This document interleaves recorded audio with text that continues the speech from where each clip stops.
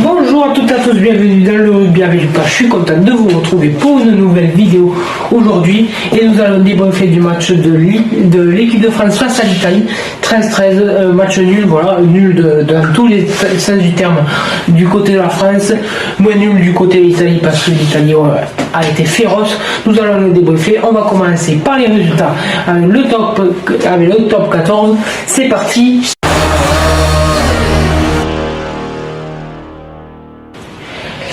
Les résultats de ce week-end avec le tournoi des 6 nations, bien sûr, avec l'Irlande qui a gagné face au Pays de Galles 31-7, l'Écosse qui a battu l'Angleterre 30-21 et bien sûr, voilà, la France qui a concédé un match nul historique face à l'Italie 13 partout.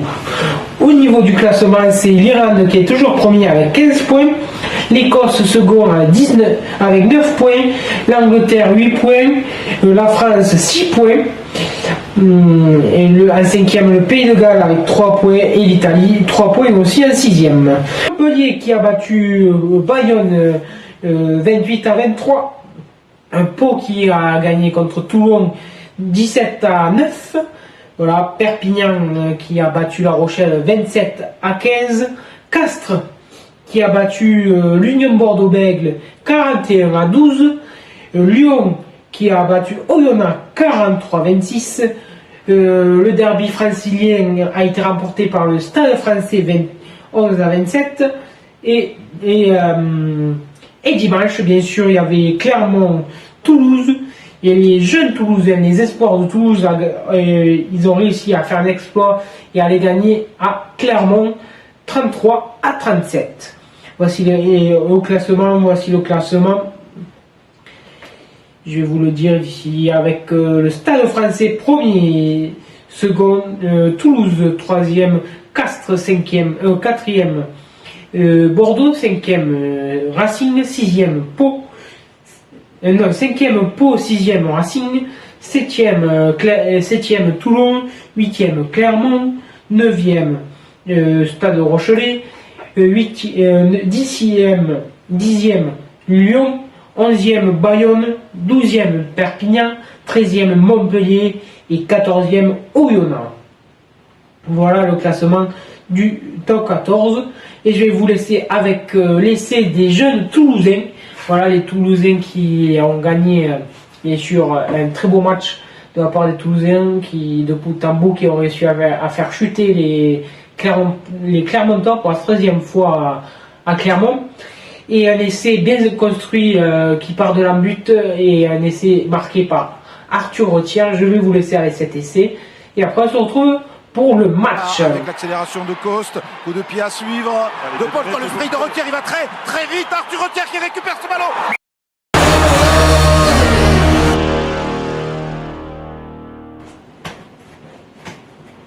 Alors le match, comme vous le savez, chaque semaine je vous sélectionne un match pour en faire un débrief. Et aujourd'hui on va débriefer le match de l'équipe de France face à l'Italie. Match nul, le premier match nul de l'histoire pour les Français dans le tournoi des 6 nations contre l'Italie. Voilà. Alors bien sûr on le sait que le début de cette équipe de France n'a pas été facile avec le premier match contre l'Irlande perdu 38-17 à Marseille. Il a fallu deux miracles dans les dernières minutes en Écosse, voilà, pour l'emporter vers la 16. Les hommes de Fabien Galtier peinent à convaincre, voilà, dans le jeu. Et ils avaient à cœur de se rattraper face à l'Italie. L'Italie, on le sait, c'est même un match piège. On l'a vu l'année dernière lors de la première journée du tournoi des Nations. On a encore vu aujourd'hui, voilà, c'est compliqué de jouer l'Italie ces dernières années. Or, malgré un essai marqué tôt dans le match, les Bleus ont rendu une copie plus que brouillonne ce dimanche contre l'Italie, voire mauvaise. Fortement dominateur, ils n'ont pas su le concrétiser. Le match a basculé après la pause à cause de la blessure de Mathieu Jalibert et du carton rouge de Jonathan Danti. L'Italie a dominé les rucks et a obtenu de nombreuses pénalités. Une longue poussée qui a payé avec une égalisation par un essai de Ange Capuzzo. Dans les 10 dernières minutes, Garbici a eu la pénalité de la victoire, largement dans ses cordes, mais après un scénario rocambolesque. Il n'a pas pu la tirer correctement et le score est resté de 13-13. Premier match nul de l'histoire entre la France et les deux équipes en auront pourtant un goût de défaite. Oui, surtout pour les Français qui avaient bien sûr à cœur de se racheter après les deux premières journées du tournoi destination avec des matchs plus que moyens. Voilà, on l'a encore vu, c'est un match moyen de notre équipe de France qui n'arrive plus à jouer, qui n'arrive pas à se trouver sur le terrain. Cette équipe de France, elle attend surtout un exploit individuel d'un joueur, mais cet exploit n'arrive toujours pas. Voilà, certes, il y a eu l'essai de Charles Oliva en début de match, mais après, il n'y a pas eu d'autres trucs. On ne s'est pas concrétisé dans les zones de marque, dans les zones de conclusion. On conclut pas, on ne met pas un essai. On est resté en première mi-temps plus de 20 minutes presque à jouer chez eux. Et on avait, comme je ne sais pas combien de fois, je sais pas combien de fois on aurait pu marquer et on n'a pas marqué. Voilà. Des occasions, on les rate, soit un mauvais choix comme Mathieu Jalibert qui aurait pu décaler sur une aile à Damien Penaud et qui l'a pas fait, qui a voulu la garder, il s'est fait reprendre. Voilà. Et en plus, cette équipe de France, elle a bien, première mi-temps, elle a bien joué.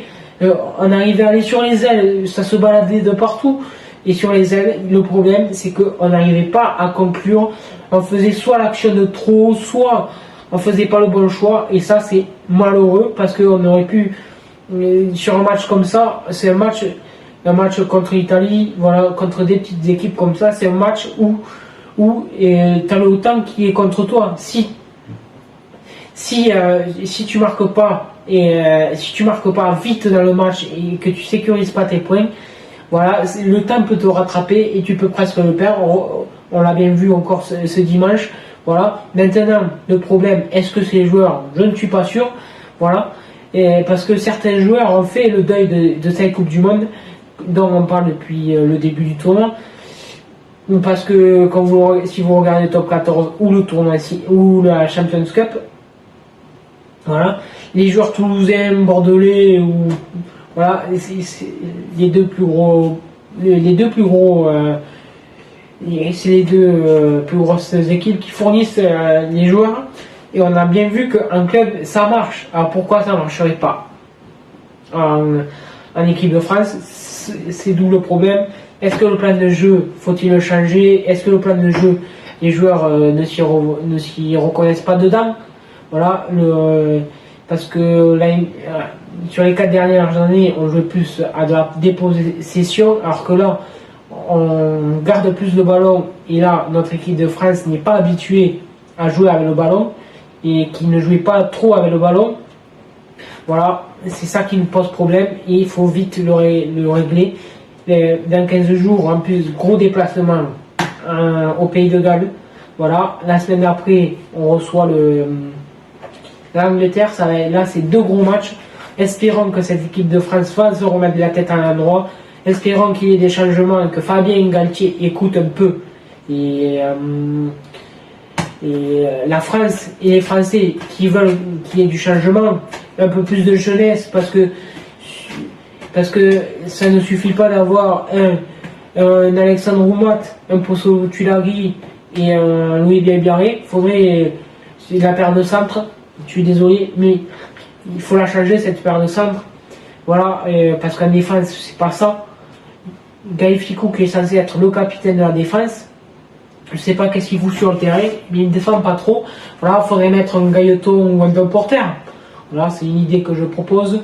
La charnière, il faudrait la changer, parce que Lucu et Jalibert, c'est pas ça, je le dis clairement.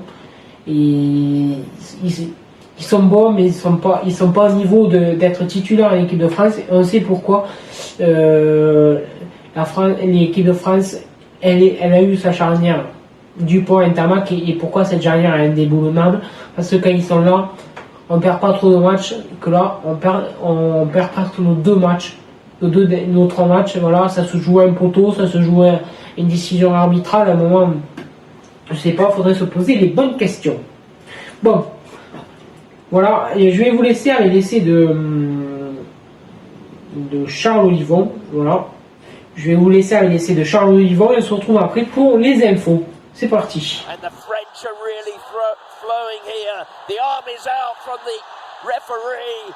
France are in the shadow of the post.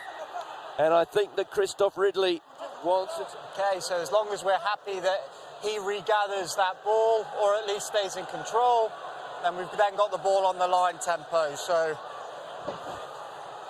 I'll give you time. Okay, Christophe, so there's no clear knock on, so stick with your on-field decision. Thank you, try.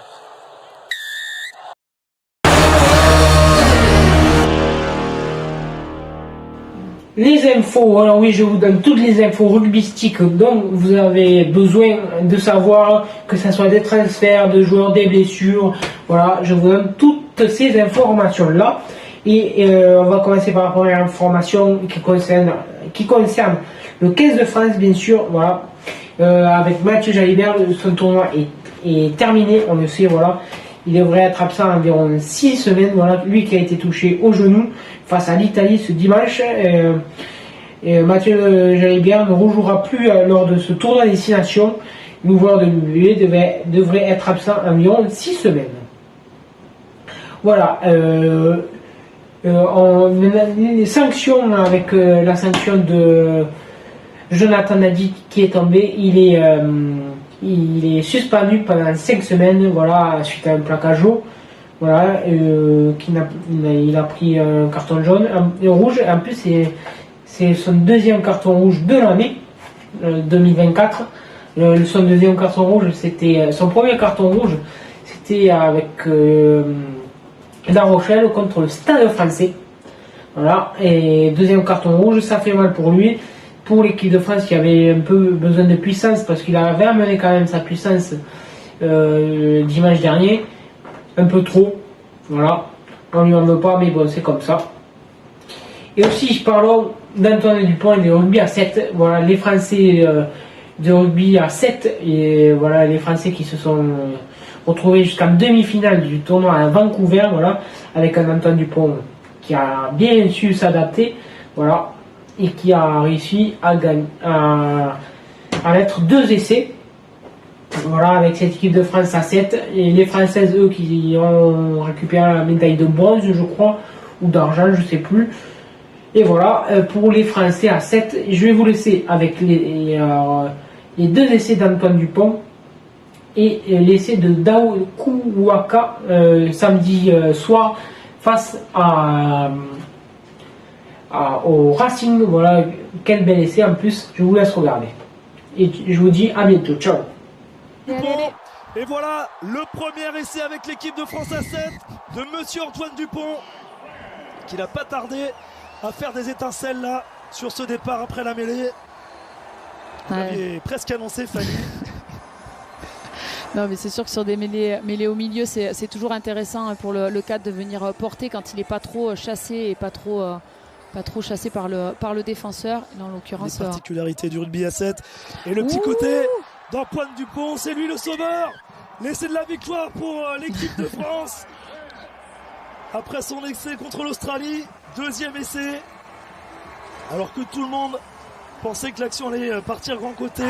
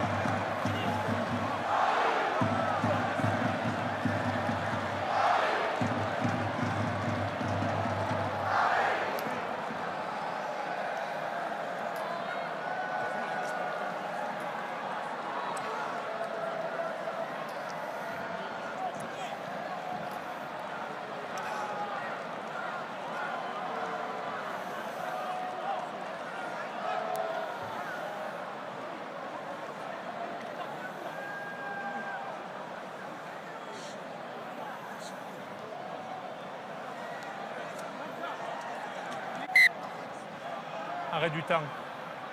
Oui, attends. J'ai des changements chez vous. Pardon. Il te manque quel numéro? Le 5, il arrive. C2. T'en es? C'est bon pour toi? Damien? Allez.